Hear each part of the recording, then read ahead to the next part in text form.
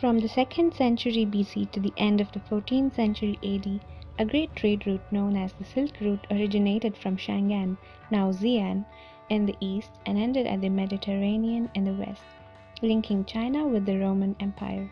This was a network of trade routes formally established which linked the regions of the ancient world in commerce. Ever since, the means of trade and business have been evolving. In the 1980s, Internet began to evolve and the world as we know it changed. Trade and business was no longer conducted the same way. Connectivity in the world increased at a furious rate, and today we can communicate and collaborate with anyone sitting thousands of miles across the world. As information technology began to grow, organizations increasingly begin to look for ways to optimize their business and gain competitive advantage. Various parts of the world had expertise in different varieties of skill sets, which were being offered at a much lower cost.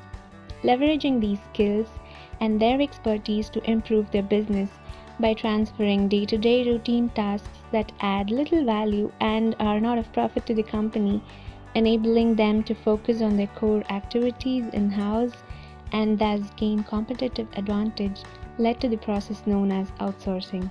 Thus, it began as a cost-saving measure. The main reasons for outsourcing became reducing and controlling operating costs, improving the host company focus, gaining access to world-class capabilities, and freeing internal resources for other purposes. As we can see, the key considerations for outsourcing were based on the strategic and operational importance of the activity for the firm. If an activity was defining activity, which provided the company with their competitive advantage, then it was considered as a core activity and retained in-house. Over the years, the conventional considerations for outsourcing only financial reasons have begun to be challenged, and many organizations are tapping into the expertise offered even for their core activities, or what we call as strategic outsourcing.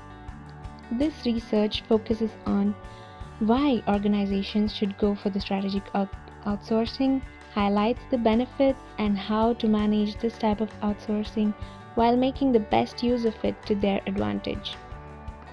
First, let's see what are core competencies. These are the activities which open up a good number of potential markets, hence increasing the breadth of an application. These competencies give your customer the reason to choose your offerings over those of your competitors, and are difficult to imitate, thus providing the competitive advantage.